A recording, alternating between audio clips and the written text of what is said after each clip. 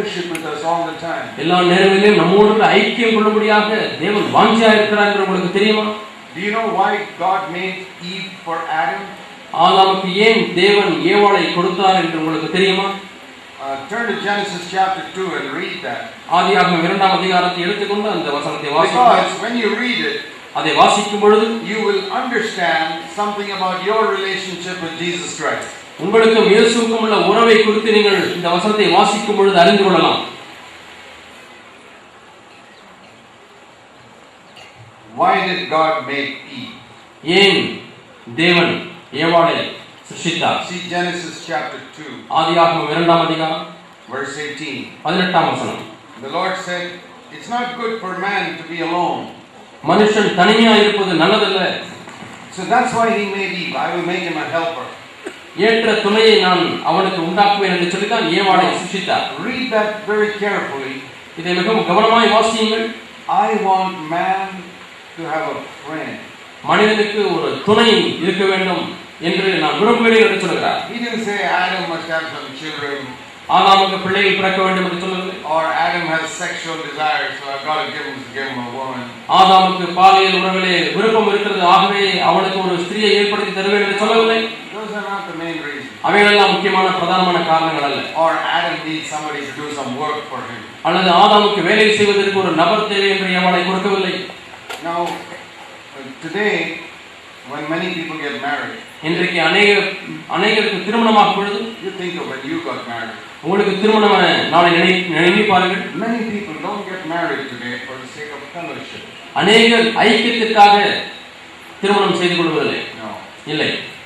Many people get married because they say, I'm tired of eating this hotel food, so I need somebody to cook for me at home. எவ்வளவு நாள் தான் ஹோட்டல்ல சாப்பிடுறது, எனக்கு நல்ல சமையல்காரை ஒருவர் வேண்டும், ஆகவே எனக்கு சீக்கிரமாய் திருமணம் செய்து கொள்ளுங்கள், செய்து வையுங்கள். I'm tired of washing my own clothes, I need somebody to wash my. எவ்வளவு நாள் தான் நான் என் துணியை துவைத்துக் கொண்டே இருப்பது, எனக்கு சலித்து போய்விட்டது, துணி துவைப்பதற்கு எனக்கு திருமணம் செய்து வையுங்கள். So what they actually want is a cook and a dhobi. அவர்களுக்கு தேவையானவர்கள்லாம் யார்? ஒரு சமையல்காரி வேண்டும் அல்லது ஒரு டோபி வேண்டும். So they get married. ஆகவே அவங்க திருமணம் செய்கிறார்கள். Or they say, oh, this sexual desire in me, I got to get married. அல்லது எனக்கு பாலியல் உறவினுடைய விருப்பமானது வலிமையா இருக்கிறது, ஆகவே எனக்கு திருமணம் செய்து கொள்ள வேண்டும். How many people say, I'm feeling lonely, I'd like to have somebody to fellowship with. நான் தனிமையாய் உணர்கிறேன், எனக்கு யாராவது ஒருவரோடு ஐக்கியம் வேண்டும் என்று சொல்லி எத்தனை பேர் திருமணம் செய்கிறீர்கள்? Those people will have a very happy marriage. அப்படிப்பட்டவர்களுக்கு சந்தோஷமான ஒரு திருமண வாழ்க்கை அமையும். Because they're not looking first of all for a cook or a dhobi. முதலாவதாக அவர் எனக்கு ஒரு சமையல்காரி வேண்டும் அல்லது எனக்கு துணி துவைப்பதற்கு ஆள் வேண்டும் என்று பார்ப்பதில்லை. I want a wife just like God gave Eve to Adam because he's lonely. ஆதாம் தனியா இருந்தபடினாலே ஏவாளை ஏற்ற துணையாக கொடுத்தார், ஆகவே எனக்கு ஏற்ற ஒரு துணை வேண்டும். Adam and Eve, Adam can't talk to the lions and the dogs and the elephants. நாய்களிடத்திலும் ஞானிகளிடத்திலும் சிங்கங்களிடத்திலும் ஆதாமினாலே பேச முடியவில்லை. So he needs somebody he can talk to. ஆகவே தான் பேசும்படியான தனக்கு நிகரான ஒருவர் வேண்டும். That was the main reason why God gave Adam a wife. ஆதாமுக்கு ஒரு மனைவியை கொடுத்ததுடைய பிரதான நோக்கம் இதுதான். Not for sex, பாலியல் உறவுக்காக அல்ல, not to cook food, சமையல் செய்வதற்காக அல்ல, none of these things.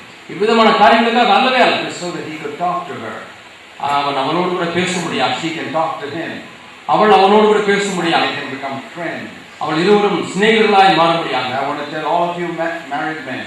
திருமணமான சகோதரர்களுக்கு நான் சொல்லுகிறேன், ஆண்களுக்கு சொல்லுகிறேன். You know why God gave you a wife? தேவன் உங்களுக்கு ஏன் ஒரு மனைவியை கொடுத்தார் என்று தெரியுமா? So that you can talk to her.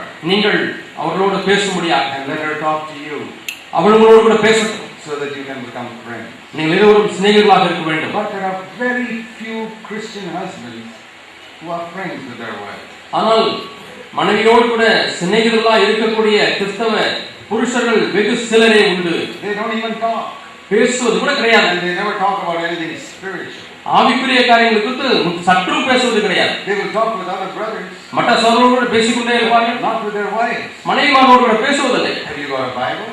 உங்களுக்கு ஒரு வேதம் இருக்கிறதா? Have you read Genesis chapter 2 why God gave a wife to Adam? அப்படி உங்களுக்கு வேதம் இருந்தது என்று சொன்னால் ஆதியாகமத்தை வாசித்து ஏன் ஆதாமுக்கு ஒரு மனைவியை கொடுத்தார் என்று நீங்கள் வாசித்திருக்கிறீர்களா? You are not fulfilling that purpose as a husband. ஒரு புருஷனாய் இருந்து இந்த நோக்கத்தை நீங்கள் நிறைவேற்றாமல் இருக்கிறீர்கள்.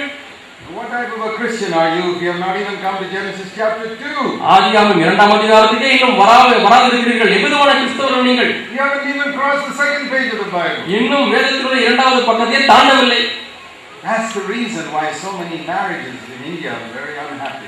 இந்திய தேசத்தில் अनेक திருமண வாழ்க்கையானது சந்தோஷமில்லாமல் இருப்பதற்கு இதுதான் காரணம். I think many of you talk to your children more than you talk to your wife. உங்களிலே अनेகர் மனைவியிடத்திலே பேசுவதை பார்க்கலாம் அதிகமாக பிள்ளைகளிடத்திலே தான் பேசுகிறீர்கள்.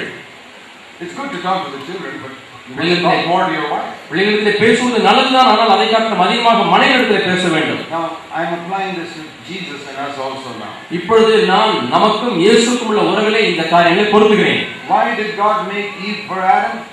ஏவாளை ஆதாமுக்கு ஏன் தேவன் சிருஷ்டித்தார்? So that they can talk to each other. அவர்கள் ஒருவரோடு பேசும்படியாக.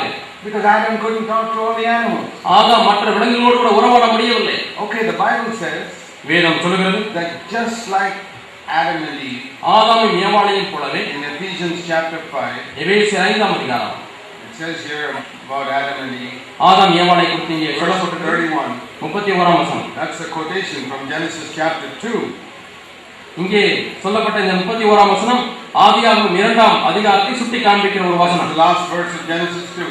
2ஆம் அதிகாரத்தின் கடைசி வசனம். Ephesians 5:31. எபேசியர் 5:31. Man must leave his father and mother. மனுஷன் தன் தகப்பனையும் தன் தாயையும் விட்டு cleave to his wife. தன் மனைவியோடு இசைந்து இருக்க வேண்டும். And so what am I talking about?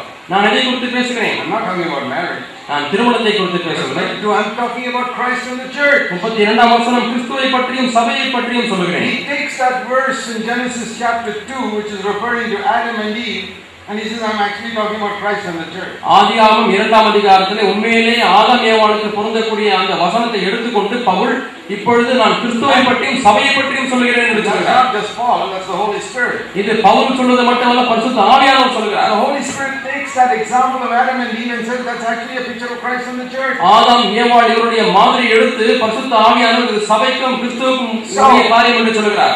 So we say why did God make Eve for Adam? ஆகவே ஏவாளை தேவன் ஏன் ஆதாமுக்கு கொடுத்தார்? Not to have a Toby or a cook. துணி துவைப்பதற்காகவோ சமைப்பதற்காகவோ அல்ல. Not to work in the garden. தோட்டத்திலே வேலை செய்வதற்காக அல்ல. But to be his friend. ஆனால் அவருடைய நண்பராய் இருக்கும்படியாக. To talk and listen. உறவாடி கவனிப்பதற்காக முதலாவது. All other things are second. மற்ற காரியங்கள் எல்லாம் இரண்டாவது. Now apply this to us. இப்பொழுது நமக்கு இதை பொருத்தி பார்ப்போம். Why did God give us to Jesus as his wife? ஏன் தேவன் இயேசுவுக்கு மனைவியாக நம்மை கொடுத்திருக்கிறார்? Do you know that you are the wife, the bride and the wife of Jesus Christ? நீங்கள் இயேசு கிறிஸ்துவின் மணவாட்டியாக இருக்கிறீர்கள் என்று உங்களுக்கு தெரியுமா? Why has he given us to him? ஏன் நம்மை அவருக்கு கொடுத்தாரே தேவன்? Not to work for him first of all. பிரதானமாக அவருக்காக வேலை செய்ய முடியாது அல்ல. Jesus didn't marry us because he wanted a cook or a Toby or a servant. இயேசுவுக்கு ஒரு வேலைக்காரர் வேண்டும், ஒரு அன்னாத்தி வேண்டும் அல்லது ஒரு சமையல்காரர் வேண்டும் என்பதற்காக நம்மை அவர் மனம் செய்து கொள்ளவில்லை. He's not like these worldly husbands. அவர் இந்த பூமியிலே உலகத்திலே காணப்படக்கூடிய புருஷன்மார்களைப் போல அல்ல. Just like Eve, he wants to talk to us and listen to us. ஏவாளை போலவே அவர் நம்மோடு கூட பேச விரும்புகிறார், உறவாட விரும்புகிறார், கவனிக்க விரும்புகிறார். The primary purpose why Jesus chose you is so that you can be his friend.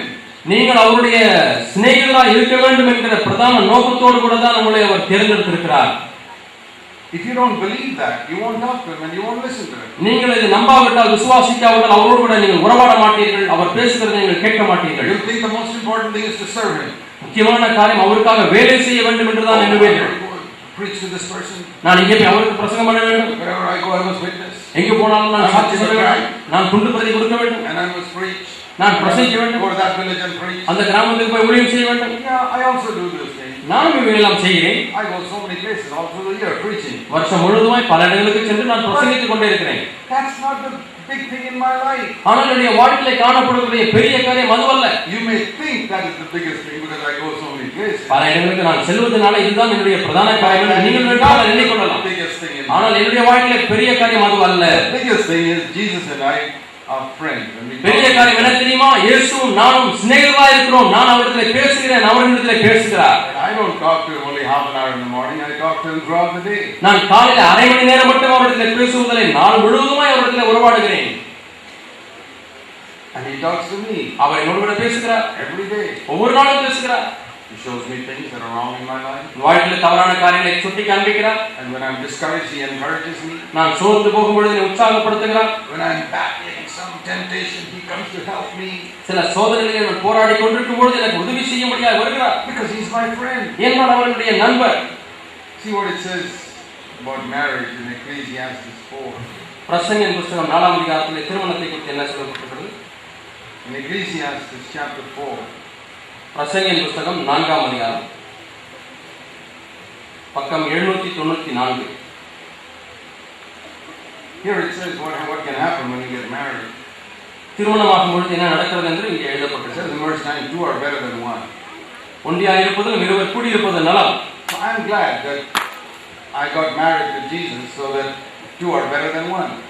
நான் இயேசுவோடு கூட திருமணத்தில் இணைக்கப்பட்டிருக்கிறபடினாலே நான் சந்தோஷமாக இருக்கிறேன். ஏனென்றால் நான் தனியாக இல்லை, நான் இயேசுவோடு கூட இணைக்கப்பட்டிருக்கிறேன். Because it says if one of them falls, ஒருவன் விழுந்தால் verse 10, 10ஆம் வசனம், the other can lift him up. இன்னொருவன் தூக்கி விடுவான். So why is Jesus there as my friend? அங்கே இயேசு இங்கே ஏன் எனக்கு நண்பராக இருக்கிறார்? To lift me up if I fall. நான் விழும்பொழுது என்னை தூக்கி விடும்படியாக. If I fall, Jesus is there to lift me up. நான் விழுந்தால் என்னை தூக்கி விடுவதற்கு இயேசு இருக்கிறார். Because He is my friend. ஏனென்றால் அவர்தான் என்னுடைய நண்பர். That's how man and wife are supposed to be. இப்படித்தான் கணவனும் மனைவியும் இருக்க வேண்டும். Remember this. ஆகவே இதை ஞாபகத்தில் வைத்துக் கொள்ளுங்கள். This was the secret of Jesus' life. இதுதான் இயேசு கிறிஸ்துவின் வாழ்க்கையுடைய ரகசியம். Everybody could leave Him. எல்லாம் அவரை விட்டு போய்விட்டாலும் He said the Father is with me. பிதா என்னோடு கூட இருக்கிறார் என்று சொல்கிறார். That's all I need. எனக்கு நான் பிதாவோடு கூட இருக்கிறேன், அவ்வளவுதான். We must also develop a life like this. ஆகவே நாமும் இப்படிப்பட்ட ஒரு வாழ்க்கையை நாம் Where ஏற்படுத்திக் கொள்ள no வேண்டும். matter what happens, என்ன நடந்தாலும் சரி, you say everybody can leave me, doesn't matter. எல்லாரும் என்னை விட்டு போய்விட்டாலும் சரி, அது எனக்கு ஒரு பொருட்டல்ல. Jesus is with me. இயேசு என்னோடு கூட இருக்கிறார். You don't have to complain anymore. Oh, my husband doesn't care for me. என்னுடைய கணவன் என்னை கவனிப்பதில்லை, என்னை விசாரிப்பதில்லை என்றெல்லாம் குறை சொல்ல தேவையில்லை. Jesus cares for you. Why are you worried if your husband doesn't care for you? இயேசு உங்களுக்காய் தரிசனைப்படுகிறவராய் இருக்கும் பொழுது ஏன் கணவன் தரிசனைப்படவில்லை என்று சொல்லி நீங்கள் குறைபட்டுக் கொள்கிறீர்கள்? Isn't Jesus better than your husband? உடைய கணவனை காட்டிலும் இயேசு மேன்மையானவர் அல்லவா? You say, oh, my wife doesn't listen to me. ஐயோ, நான் பேசுவதை என் மனைவி கேட்பதில்லை, நான் சொல்வதை கேட்பதில்லை என்று சொல்கிறீர்களா? கவலைப்பட வேண்டாம். You build up a relationship with Jesus Christ and you'll be a very happy man even if your wife doesn't listen to you. இயேசுவோடு கூட உள்ள ஒரு நல்ல உறவை ஏற்படுத்திக் கொள்ளுங்கள். நீங்கள் சந்தோஷம் உள்ள மனிதனாக இருப்பீர்கள். மனைவி நான் சொல்வதை கேட்பதில்லை என்று சொல்லி நீங்கள் சொல்ல மாட்டீர்கள். You can have a very difficult boss in your office. உங்களுடைய அலுவலகத்திலே மிகவும் முரட்டாட்டமான ஒரு மேலதிகாரி உங்களுக்கு இருக்கலாம். And you'll have a lot of problems if you go alone to the office. நீங்கள் தனியாக அலுவலகத்துக்கு போகும்பொழுது உங்களுக்கு பல பிரச்சனைகள் ஏற்படலாம். If you go with Jesus to your office every day. ஆனால் ஒவ்வொரு நாளும் இயேசுவோடு கூட நீங்கள் அலுவலகத்துக்கு சென்றால், Lord, you and I are going together now. ஆண்டவரே இப்பொழுது நீரும் நானும் சேர்ந்து போகிறோம். That's how we are supposed to live in the world. இப்படித்தான் நாம் இந்த உலகத்திலே வாழ You வேண்டியிருக்கிறது. know, in the Old Testament, nobody could live like this. பழைய ஏற்பாட்டிலே ஒருவராலும் இப்படி வாழ முடியவில்லை. Nobody could say, the Lord is with me wherever I go. நான் எங்கு சென்றாலும் தேவன் என்னோடு கூட இருக்கிறார் என்று யாரும் சொல்ல முடியவில்லை. You know what the Old Testament prophets did? பழைய ஏற்பாட்டு தீர்க்கதரிசிகள் என்ன செய்தார்கள் என்று தெரியும்? Like Moses. மோசேயை போல He'd go up to the mountain, மலை மீது போவார்கள். sit there 40 days with God. 40 நாட்கள் அங்கே தேவனோடு கூட உட்கார்ந்து இருப்பார்கள். And then he would come down from the mountain without God. தேவன் இல்லாமல் மலையிலிருந்து கீழே இறங்கி வருவார்கள். When he came down to the mountain, God was not with him. கீழே இறங்கி வந்த பொழுது தேவன் அவரோடு கூட இல்லை. Then he had to go up again in the mountain and be with God for a few days. மீண்டுமாய் மலையின் மேலே ஏறி தேவனோடு கூட ஒரு சில நாட்கள் தங்கியிருக்க வேண்டும். And that's how Elijah was. இப்படித்தான் எலியா He இருந்தார். would go before God. தேவனுக்கு முன்பாக போவார். Then he would come before the people and he'd be alone. பிறகு ஜனங்களுக்கு முன்பாக வருவார், தனியாக இருப்பார். But now in the New Testament, ஆனால் இப்பொழுதோ புதிய ஏற்பாட்டு when காலங்களில் we open our beings to be filled with the Holy Spirit, பரிசுத்த ஆவியானவரால் நிரப்பப்பட முடிய நம்மையே நாம் திறந்து இருக்கிறோம். we are better than Moses, Elijah, John the Baptist, everybody. இதை காட்டிலும் எலியாவை காட்டிலும் யோவான் ஸ்நானனை காட்டிலும் நாம் மேன்மையானவர்களாக இருக்கிறோம். That's why Jesus said the young, smallest person in the new covenant is much better than John the Baptist. ஆகவே தான் புது உடன்படிக்கையில் இருக்கக்கூடிய சிறியவன் யோவான் ஸ்நானனை காட்டிலும் பெரியவனாக இருப்பான் என்று இயேசு சொல்லியிருக்கிறார். Because I can always have Jesus with me. ஏனென்றால் எப்பொழுதுமே நான் இயேசுவோடு கூட இருக்க முடியும். Lo, I am with you always till the end of the age. இதோ உலகத்தின் முடிவு பரியந்தம் சகல நாட்களிலும் நான் உங்களோடு கூட இருக்கிறேன். Now please listen to this because you will need it in the days to come. வரக்கூடிய நாட்களிலே இது உங்களுக்கு தேவைப்படுகிறபடினாலே நீங்கள் தயவு செய்து கவனித்து கேளுங்கள். I believe this is one of the most important things we need in the days to come. வரக்கூடிய நாட்களில் நமக்கு மிகவும் தேவையான ஒரு காரியம் இதுதான் என்று உணர்கிறேன். To know that even if everybody forsakes me, Jesus will be with me. எல்லாரும் என்னை விட்டு போனாலும் இயேசு என்னோடு கூட இருக்கிறார்.